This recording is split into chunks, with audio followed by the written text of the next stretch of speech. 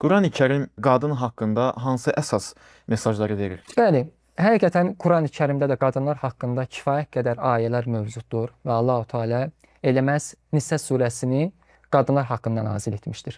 Yəni biz bilirik Qurani-Kərimdə 114 surə var və Nisə surəsi də tərcümədə qadınlar deməkdir və bu da onu göstərir ki, yəni Allahu Teala qadınlara xüsusi bir yer ayırmışdır. Nisə surəsi də Qurani-Kərimdə ayələrinin sayına və səhifələrinin sayına uyğun olaraq ən böyük surələrdən biridir.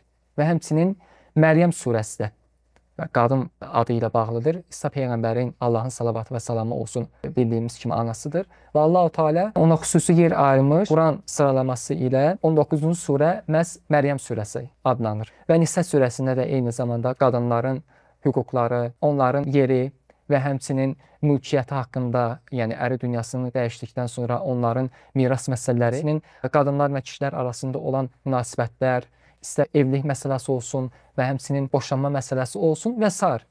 Bunlar hamısı Nisə surəsində bəhs edilmiş və onların statusu Allah-u Teala tərəfindən bəyan edilmişdir.